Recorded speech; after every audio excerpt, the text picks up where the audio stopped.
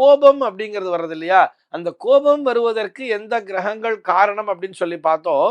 இந்த கோபம் ஒரு உணர்ச்சி பெருக்கு அப்படின்னு வர்றதுக்கு கூட நம்முடைய உடம்பிலே இருக்கக்கூடிய இந்த ஹார்மோன்கள் சுரப்பி, அந்த ஹார்மோன்கள் சுரக்கின்றது தானே காரணம். நம்ம கடந்த வாரம் பார்த்தோம்னா இந்த சனி, ராகு, கேது அந்த கிரகங்களினுடைய தாக்கத்தினை பற்றி பார்த்தோம். அப்ப இந்த சனி, ராகு, கேதுன்னா அசுப கிரகங்களாச்சே. இந்த அசுப கிரகங்களால் மட்டும்தான் நமக்கு இது போன்ற இந்த கோப உணர்ச்சிகள் அல்லது நம்முடைய ஹார்மோன்கள் சுரப்பதிலே ஒரு கோளாறு என்பது வருமான்னு கேட்டா நிச்சயமாக அதுபோல் இல்லை. எல்லா கிரகங்களினுடைய தாக்கமும் இந்த ஹார்மோன் சுரப்பிகளின் மீது உண்டு.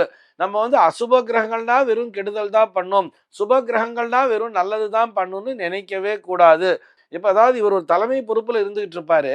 ஆனா ஏதோ ஒரு தப்பு நடந்துச்சுன்னு சொன்னா கீழே இருக்கக்கூடிய பணியாட்களால் தான் இப்படி தவறு நடந்து விட்டது, தான் சொன்னது அவங்க எல்லாம் கேட்கலங்கிற மாதிரி அடுத்தவர்கள் மீது பழி சுமத்துகின்ற ஒரு குணம் இருக்கும் தெரியுமா.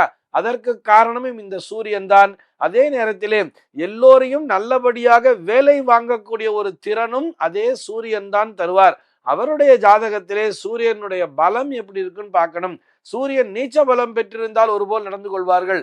அதே சூரியன் உச்ச பலம் பெற்றிருந்தால் எல்லோரையும் நிர்வகிக்கின்ற திறனையும் பெற்றிருப்பார்கள். அந்த மாதிரிதான் எல்லா கிரகங்களுக்குமே. இப்ப சந்திரன் அப்படின்னு எடுத்துட்டோம்னா அன்பு, பாசம், கருணை இது எல்லாவற்றையும் கொடுக்கக்கூடிய கிரகமாக இந்த சந்திரனை பார்க்கிறோம்.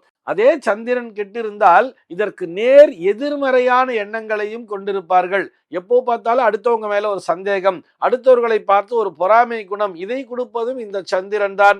அதற்கு அந்த சந்திரனுடைய அமர்வு நிலைதான் காரணம். ஒரு செவ்வாய் அப்படின்னு எடுத்துட்டோம்னா ஒரு வீரத்தையும் வேகத்தினையும் கொடுக்கக்கூடியவர், நல்ல வீரியத்தினை தரக்கூடியவர் அப்படின்னு சொல்றோம். ஆனால் அதே செவ்வாயே வீரிய குறைவு மற்றும் கோழைத்தனத்திற்கும் காரணமாக இருப்பார். இப்படி எல்லா கிரகங்களுமே தங்களுடைய இரண்டு முனை அப்படின்னு வச்சுக்கலாம். ஒரு நேர் எதிர்மறையான குணங்களையும் தருவார்கள், பாசிட்டிவான குணங்களையும் தருவார்கள்.